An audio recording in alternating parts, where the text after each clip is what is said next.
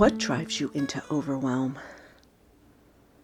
What drives you into that feeling of either freeze or despair or confusion? So many of us are living in overwhelm these days. And I thought about it this morning as I was allowing what was next to emerge for these daily whispers to come through. And that word overwhelm dropped. Welcome, everyone. Welcome. I think this is going to take me more than one little whisper to get through, but let's start with what drives you into overwhelm. I was thinking about it myself, and I came up with a couple of things that drive me into that sense of overwhelm. And I think tomorrow we'll break it down. We'll break down what overwhelm actually feels like so that we can become more aware of it. But for today, let's keep it super simple. The things that drive me into a sense of overwhelm are too much in my mind, carrying too many thoughts in my mind at one time. I think that's the biggest thing for me. And I look at it like a whiteboard, right? Or a blackboard if you're my age, that has all this information, equations, homework assignments, definitions on the board, so much on the board that you just can't see the space beneath it. And that's how I feel sometimes in my mind, in my head, right? My head feels clogged and jam-packed. I call it the busy mind in my book.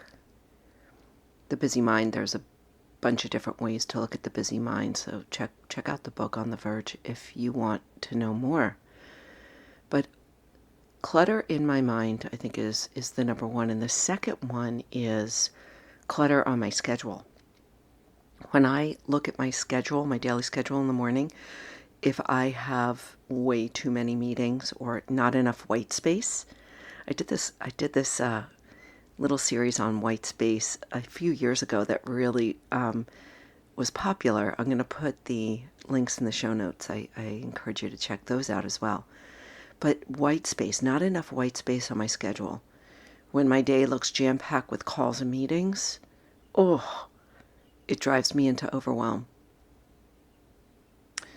The next one is, it's interesting because I don't have a house anymore, but even in my little living spaces, right? So right now I'm in this little 700 square foot, I think it's less actually, little place. It's like a house behind another house.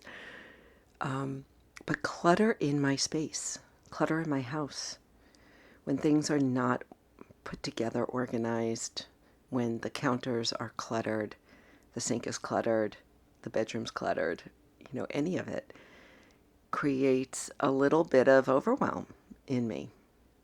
I need to have the space clear. I'm a real minimalist in that way. And then the fourth thing that drives me into overwhelm is when my body doesn't feel clean and clear and settled. So, and that is just physiological. I talk about it all the time, how our biology drives our psychology. How we feel physically really dictates how we feel and think mentally. So if our bodies are in disharmony or dysbiosis, our mind is not going to feel right. And most people are walking around in their everyday lives not realizing how much their body is impacting their mind, is impacting their life, which is one of the reasons why I am so absolutely passionate about sharing gut-brain health, because it starts there. It's step one, actually. Get your gut-brain health right. Take a look at the show notes for more on that. So those are the four things that drive me into overwhelm. And I just want to encourage you to look at your own life. Now, I talked about it in very simple terms. Too many thoughts in my head, too much clutter in my house, no white space on my schedule, and imbalance in my body. there's a more technical way of describing overwhelm as well, and it's this term VUCA, V-U-C-A, VUCA. VUCA is used in the business world all the time, but it came out of the military many years ago. I think it was the SEALs that perhaps coined it first. I'm not sure. But VUCA is the acronym for this sense of overwhelm that can come about when there is vulnerability, right? When we are vulnerable to disaster, right? Where we are vulnerable to financial collapse, all the things, vulnerable to pandemics and viruses, right? So vulnerability, the U stands for uncertainty, right? When there's so many unknowns out there, it can cause a lot of overwhelm. Now, I'm not going to go into the whole business sense or the military sense of this. I'm talking to you.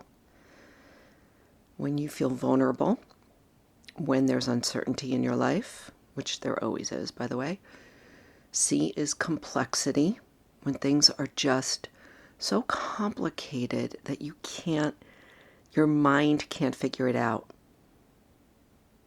Oftentimes, if I wake up in the middle of the night, my mind is trying to figure things out, right? It's trying to work through the program of complexity. And then ambiguity, which is when things are just not clear. They're not clear. Somebody's not being clear with you.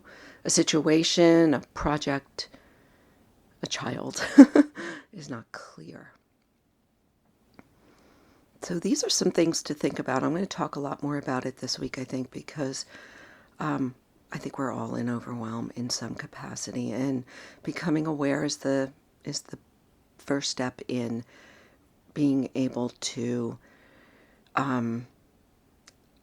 really interrupt the massive physiological and mental and emotional shifts that happen when we go into freeze mode, when we go into overwhelm.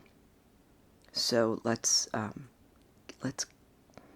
nail it before it gets too big in our lives. What drives you into overwhelm? Think about that today, and we'll continue this tomorrow. Be sure to take a look at the show notes. I'm going to take the time to put a bunch of links to past episodes that I've talked about this. And also there is my book on the verge and my gut-brain protocols, step 1 to shifting into optimal balance, harmony, clarity, acuity, flexibility, stability. Oh, all those components of mental fitness that I so believe in. And when we get our gut-brain health right, it shifts everything into a next level of health and wellness and performance. Awesome. That's it for today. Go out there, have a wonderful day. Go shine your light brightly, more brightly than ever. Go for it.